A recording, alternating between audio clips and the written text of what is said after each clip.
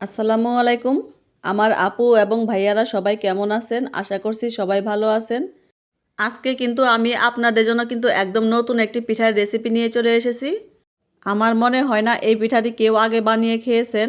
যদি বানিয়ে খেয়ে থাকেন তাহলে কিন্তু আমাকে কমেন্টে জানাবেন। সবাইকে অনুরোধ করব ভিডিওতে একটা লাইক দিয়ে ভিডিওটি দেখার জন্য।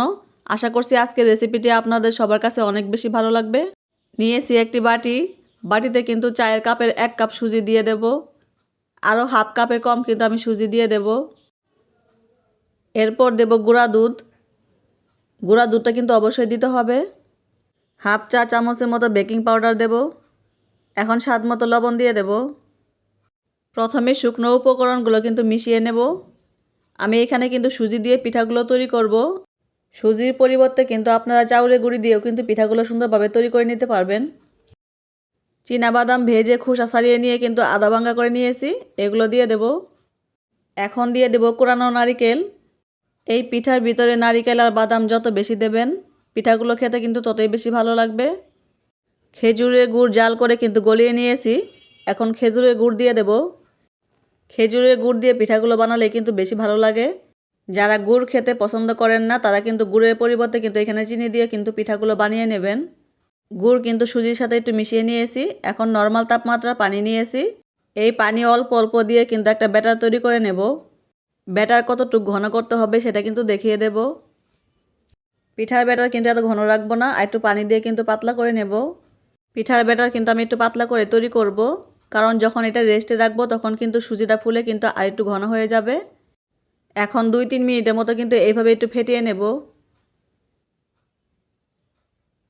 ফেটিয়ে নেওয়া কিন্তু হয়ে গেছে।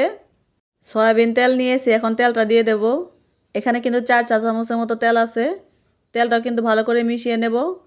সব উপকরণ মিশিয়ে নেওয়ার পর কিন্তু তেল ব্যবহার করবেন। প্রথম দিকেই কিন্তু তেলটা দিয়ে দেবেন না। এখন কিন্তু তেলটা ভালো করে মিশিয়ে নেব।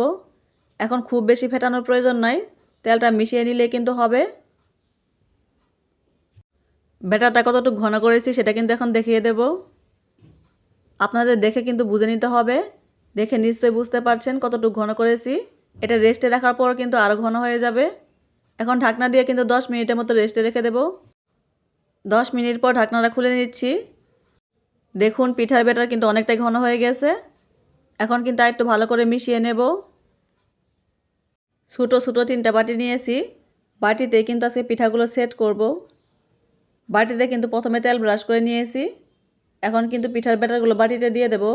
বাটি ভরে ভরে কিন্তু ব্যাটারগুলো দেব না, বাটি একটু খালি রেখে কিন্তু দেব। পিঠাগুলো ভাপিয়ে নেওয়ার পর কিন্তু একটু ফুলে যাবে, এই জন্য কিন্তু একটু খালি রেখে দিতে হবে। আপনারা চাইলে কিন্তু বড় একটা বাটিতে দিয়ে কিন্তু একবারে একটা বড় পিঠা বানিয়ে নিতে পারেন।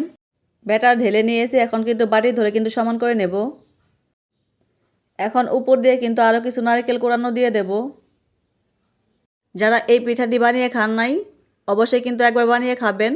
বানিয়ে খেলে কিন্তু বারবার কিন্তু আপনার পিঠাগুলো বানিয়ে খেতে ইচ্ছে করবে। যে বাদামগুলো আধা ভাঙ্গা করে নিয়েছি সেই বাদামগুলো কিন্তু উপর দিয়ে দিয়ে দেব।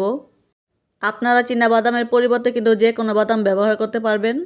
একটা স্টিলের প্লেট নিয়েছি, এখন প্লেট দিয়ে কিন্তু ঢেকে নেব। রাইস কুকারে পানি গরম করে নিয়েছি।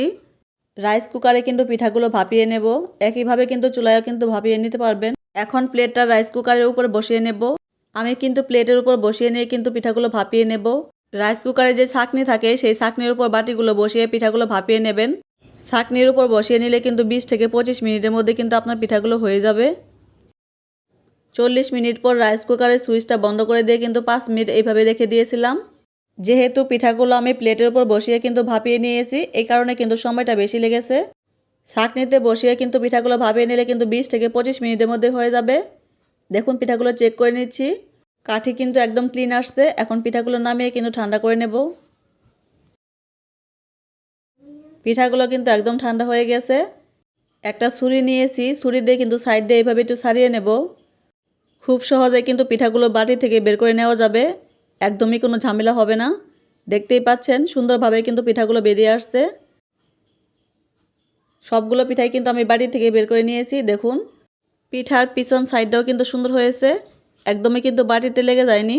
একটি পিঠা কিন্তু ভেঙে দেখিয়ে দেব, ভাঙ্গা দেখে নিশ্চয়ই বুঝতে পারছেন কতটা পারফেক্ট হয়েছে, একদমই সফট। পিঠার রেসিপিটি কিন্তু বাসায় অবশ্যই ট্রাই করবেন। আল্লাহ হাফেজ।